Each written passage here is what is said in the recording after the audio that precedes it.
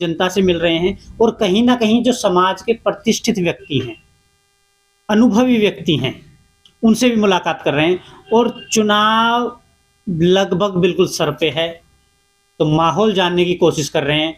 माहौल क्या है, क्योंकि आपको पता है कि जैसा भाजपा भी कह रही है कि 400 पार, और वहीं विपक्ष भी कह रहा है कि 400 पार होने नहीं देंगे।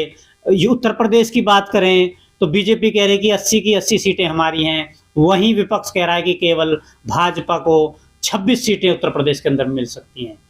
इस चुनाव यात्रा को लेकर आज हमारे साथ हैं नरेंद्र कुमार शर्मा जी, जो कि मंडल उपाध्यक्ष हैं राजेंद्र नगर से, लाजपत नगर से। जानना चाहेंगे शर्मा जी, ये 400 पार का नारा कहां से आ गया?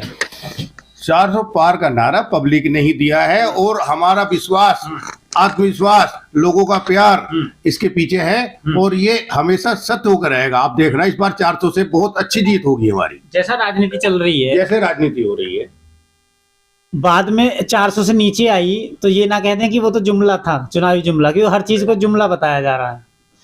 अब इसमें एक चीज और जानना चाह रहा हूं मैं आपसे, बीजेपी ने शुरू किए जुमले, क्या कोई भी आप वादा करेंगे और वादा पूरा नहीं होगा तो उसको जुमला कह देंगे? तो ये सरासर धोखा है या नहीं है आपकी नजर में जनता का? धोखा तो आप कह ही नहीं सकते इस चीज को, क्योंकि धोखा हम लोग झूठ बोल सकते हैं, लेकिन जिस चीज को पब्लिक स्वीकार कर रही है उसको धोखा आप कैसे कह सकते हैं? पब्लिक वोट दे रही है ना, हम जीत रहे हैं ना आगे, तो आप उसे धोखा कैसे कह सकते हैं? ये आपकी नाइंसाफी है। यानी कि ये धोखा नहीं है, ये धोखा नहीं है। जब पब्लिक हमें स्वीकार कर रही है, आपने जो कहा, हमने जो कहा, आप उसी बात पे कह रहे हैं ना, लेकिन उससे भी बड़े बड़े बहुत काम हुए हैं, वो भी धीरे धीरे हो जाएंगे। जो चीज आप समझ रहे हैं, कहना चाह रहे हैं, उससे बड़े भी हुए हैं ना, तो इसलिए वो धोखा नहीं है। पब्लिक हमारे साथ है, जनता हमारे साथ है, 50% से ऊपर हम आ चुके हैं। विपक्ष कह रहा है उत्तर प्रदेश में 26 सीटों से ऊपर ज्यादा है नहीं भाजपा की, ये कितना भी 80 का 80 करते रहो। विपक्ष तो अपना आईना देखता है ना, तो अपना आईना ही जैसा आदमी वो खुद वैसा ही दिखाई देगा। हमारा आईना हमें दिखाई देता 400 पार, विपक्ष को अपना आईना दिखाई देता 25 पार। एक चीज और मैं जानना चाहूंगा, जैसे भाजपा ने कहा रोजगार का भी वादा किया, और बात करें कहीं ना कहीं ये भी कहा कि कहीं ना कहीं देश विकास करेगा। रोजगार नजर नहीं आ रहे हैं, दूसरा देश का कर्जा भी बढ़ गया है। आपके विचार जानना चाहिए। ऊपर से उत्तर प्रदेश में पेपर लीक भी हो गया। देखो, पेपर लीक होना, ये इसमें सरकार का क्या रोल है? ये तो एक सिस्टम है, कभी भी कहीं भी हो सकता है। सरकार तो उस पर अंकुश लगाने का पूरा प्रयास कर रही है।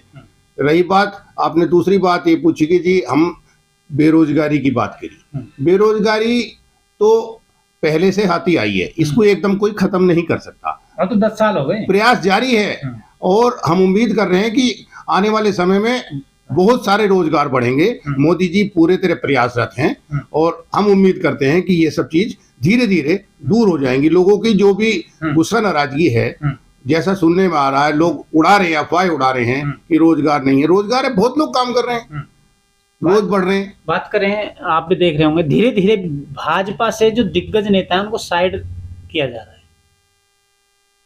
शिवराज जी चले गए, वसुंधरा जी चले गए, और बहुत सारे लोग हैं लाइन में, सबको साइड किया जा रहा है। क्या होने जा रहा है भाजपा के अंदर? कुछ नहीं हो रहा, सब विचारधारा की लड़ाई है। जो हमारे साथ काम मिलके करना चाहता है आगे, उसे साथ रख लेते हैं। जो नहीं काम कर चुका होता है, करने चाहता है, थक चुका होता है, या उसका कोई मन नहीं होता स्वमी, तो स्वम भी लौट रहे हैं, क्योंकि नयों को मौका दिया जा रहा है। अगर नयों को मौका नहीं देंगे तो सारे वही थोड़ी रहेंगे हर बार। तो इसमें ऐसी कोई बात नहीं है जो आप महसूस कर रहे हैं। बात करेंगे आपके गाजियाबाद की। जनरल वीके सिंह सांसद रहे, जनता का रिव्यू आ रहा है कि 5 साल जनता के बीच नहीं रहे, तो क्या भाजपा को कैंडिडेट बदल देना चाहिए? जरूर। देखो, ऐसा है, आपने जो ये बात कही इससे मैं बिल्कुल संतुष्ट नहीं हूँ। आपने कहा वो लोगों के बीच में नहीं रहे, और वो रिकॉर्ड मतों से जीते हैं। अगर वो लोगों के बीच में नहीं थे तो जीते इतने मतों से कैसे? और चुनाव में कुछ और, आपके चुनाव में अगर वो अपने आप स्वतः नहीं आना चाहें या पार्टी उन्हें आलाकमान नहीं देना चाहे तो ये आलाकमान की मर्जी है। मैं इसमें क्या कमेंट करूं? ऐसा तो नहीं, आलाकमान को पता चल जाता है कि ये आदमी हारेगा तो उसको हटा के नया चेहरा दिया जाता है। और मैं कोई ज्योतिषी तो हूं नहीं, ये आलाकमान की अपनी दूरदर्शिता है, वो किस तरह से अपने इस चुनावी रणनीति को लड़े। एक नाम और चल रहा है मैदान में, कैप्टन विकास गुप्ता, जो कि वर्तमान में राज्य मंत्री भी हैं स्वतंत्र प्रभार। तो क्या सही रहेगा, कैप्टन साहब या जनरल साहब? सवाल जो है, चेहरा बदला जाए, अगर नए, आपने कहा नए चेहरों को मौका दिया जाए तो मौका दिया जाए। सवाल हमारे लेवल से ऊपर का है, ये बिल्कुल हाई लेवल का है, इसलिए इसका जवाब हम नहीं दे सकते। पार्टी जो अपने हित में बेटर समझेगी, नहीं, मौका दिया जाए नए चेहरे को। मैं इस बारे में कैसे कह दूं? जब पार्टी जो बेटर समझेगी, उचित समझेगी, जिसमें उन्हें जिताऊ नजर आएगा, टिकट उसी को मिलेगा। वो अपना अपना सर्वे करेंगे पार्टी अपने लेवल पे। बहुत सारी टीम होती है, कई राउंड होते हैं उनके, ऐसे थोड़ी होता टिकट, उसके बाद टिकट दिया जाएगा। दिल्ली में टिकट काट दिए गए, हम दिल्ली की बात करेंगे, दिल्ली में तो क्या कहीं ना कहीं भाजपा में कोई बेचैनी है, घबराहट है? नहीं, इसका कोई प्रमाण तो है नहीं कि क्या उन लोगों ने अपनी मर्जी से ही ना लिए हों टिकट, या उन लोगों को अब इच्छा ना हो काम करने की, या उन लोगों के बीच में कुछ स्वीकारता ना हो। तो पार्टी ने जैसे अपने को उचित समझा वो दिया। नहीं, लोग तो दावा कर रहे थे, उनके बोर्ड भी लगे थे, होर्डिंग लगे हुए थे। बोर्ड लोग तो दावा करेंगे ना, लेकिन हाईकमान भी तो कोई चीज है ना, वो तो सब देखते हैं, सारे क्षेत्र का देखेंगे, तो उन्हें भी तो सोचना ना, पार्टी को जिताऊ बनाना है ना। क्या मानते हैं कि 2024 के बाद अगर भाजपा का कोई प्रतिद्वंदी रहेगा तो कौन रहेगा? केजरीवाल, राहुल गांधी या अखिलेश यादव? मुझे तो ऐसा लगता है कोई भी नहीं रहेगा। कारण तो सारी वोट तो भाजपा को ही आ रही है, 450 सीटें आएंगी हमारी। लोग एक मुद्दा और लेके चल रहे हैं कि ईवीएम में गड़बड़ है, ईवीएम के कारण भाजपा जीत रही है, और कहीं ना कहीं धरना चल रहा है जंतर मंतर पे, और डेमो भी दिखाए जा रहे हैं कि मशीन में गड़बड़ होती कैसे है। भैया ये सब बहाने हैं, जब कोई नाच ना आवे ना आंगन टेढ़ा, तो जब वोट मिल नहीं रही उनको तो क्या कहेंगे, वो कुछ तो चाहिए उन्हें कहने को, तो उन्होंने कह दिया ईवीएम खराब है, तो इसमें हम क्या कर सकते हैं, वो कुछ भी कहें। ठीक है, अब बात करेंगे आपकी नरेंद्र कुमार शर्मा जी की। नरेंद्र कुमार शर्मा जी का क्या अनुभव है? 2024 से पहले की राजनीति कुछ और थी, 2024 के बाद की राजनीति कुछ और होने वाली है। क्या लगता है, एक देश का नागरिक, वोटर होने के नाते कैसा अनुभव है, क्या होने जा रहा है? अनुभव अभी तो विकास की तरफ देश जा रहा है, जो होगा अच्छा ही होगा, उम्मीद करते हैं। और मोदी जी के ऊपर सबको भरोसा है, मोदी जी जो करेंगे वो सब बढ़िया करेंगे, यही उम्मीद है। विकास के साथ कर्जे में भी जा रहा है, करेंगे, कर्जे में भी जा रहा है। तो जब आप तरक्की करेंगे, आप मकान लेते हैं, लोन भी लेते हैं ना, तो तभी तो मकान बनता है। अब वो धीरे धीरे चुकता भी कर देंगे, जब हमारी जो अर्थव्यवस्था बढ़ेगी वो चुकता हो जाएगा, उसमें कौन सी नई बात है। कोरोना का एक बहुत बुरा वक्त रहा, जानना चाहेंगे कि नरेंद्र शर्मा जी की तरफ से क्या रहा ऐसे लोगों के लिए जो जरूरतमंद थे, गरीब थे, रोडों पर भटक रहे थे, तो आपकी तरफ से कोई ऐसी मुहिम रही ऐसे लोगों के लिए? मैंने अपनी तरफ से डेली में सुबह निकलता था 6 बजे से, और 2 बजे तक दिन भर सेवा करता था, जहां बीच में कभी एक दिन भी घर पे नहीं रुका। पूरे कोरोना के बीच में जहां जिसको ऑक्सीजन जरूरत थी वो प्रयास किए, जहां जिसको किसी ना किसी मदद से फंड की जरूरत थी वो प्रयास किए, खाना भी मैंने वितरित किया, जो भी मैं संभव कर सकता था मैंने अपने लेवल पे और अपने साथियों के लेवल पे सबके सहयोग से बहुत कुछ प्रयास किया। बात करें नरेंद्र शर्मा जी एक ट्रस्ट भी चलाते हैं,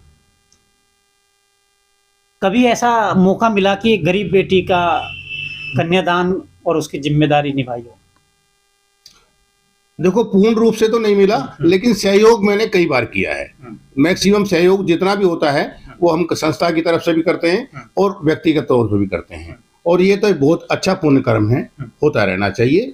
गरीबी अमीरी तो यहीं होती है, कर्म हमारे साथ जाते हैं, इसलिए हमें कर्मों में विश्वास रखना चाहिए, मैं इसे मानता हूँ।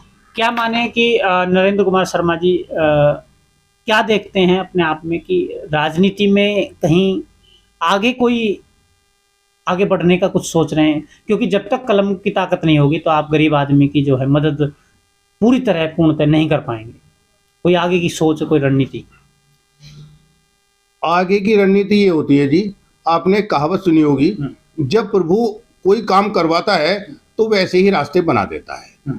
प्रभु जैसे जैसे मुझे मार्गदर्शन करते जाएंगे मैं उस रास्ते पे चलता जाऊंगा, सच की तरफ चलूंगा और लोगों की सेवा करूंगा। जीव जंतु, मेरा जीवों में विश्वास है, मैं किसी भी जीव लेके कुत्ते से, गाय से, गधे से, घोड़े से, जो भी हो सकता है, मैं उसकी चींटी से मछली तक सबकी सेवा मैं डेली करता हूँ।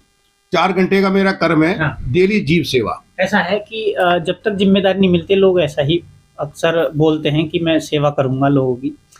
कहीं ऐसा तो नहीं है और लोगों की तरह यदि पार्टी या कभी आपको बड़ी जिम्मेदारी मिलती है तो क्या आप भी वीआईपी कल्चर अपना लेंगे? 4-5 गनर होंगे और गरीब आदमी आएगा आपको देख के दूर से चला जाएगा, तो क्या जिम्मेदारी मिलने के बाद बदल तो नहीं जाएंगे? ऊंचाई कितनी भी छू लो लेकिन पैर आपके जमीन पर ही होने चाहिए, ये जिंदगी कड़वी सच्चाई है। बदलेंगे नहीं। मैंने 2 शब्दों में सारी बात कह दी। ऊंचाई कितनी भी नाप लो, आसमान किसी को पनाह नहीं देता, जमीन ही पनाह देती है। जमीन पे पैर आपके टिके रहने। क्या संदेश देना चाहेंगे अपने क्षेत्रवासियों को? बस यही संदेश देना चाहते हैं कि आगे बीजेपी को पूर्ण मौत के साथ सरकार बनाएं और ज्यादा से ज्यादा सपोर्ट करें। हमारा देश विकास की तरफ जा रहा है, मोदी जी बिल्कुल सही रास्ते पे ले जा रहे हैं। बस और इससे ज्यादा संदेश क्या दिया जा सकता है? कहीं ना जीवों कहीं की सेवा करें। जी, जीव जंतु, कुत्ते बिल्ली जितने भी जो है प्रकृति के है, प्रकृति की सेवा करें, उसका सहयोग करें। प्रकृति के नेचर के पास जरूर जाएं। जैसा कि हमारी चर्चा हुई थी शर्मा जी से, नेचर से बहुत प्रेम करते हैं और जो जीव जंतु हैं उनको सुबह सुबह उठते हैं, भोजन खिलाते हैं और कहीं ना कहीं अगर कोई इनके दर पे गरीब आदमी आ जाए तो बेहिचक उसकी मदद की जाती है, उसको भोजन खिलाने की जो है कोशिश की जाती है। और कहीं ना कहीं ऐसे लोगों को, जो मेरा मानना है, मेरी मुहिम है, ऐसे लोगों को ही राजनीति में आने का अधिकार होना चाहिए जो कहीं ना कहीं गरीब लोगों के मसीहा बनते हैं।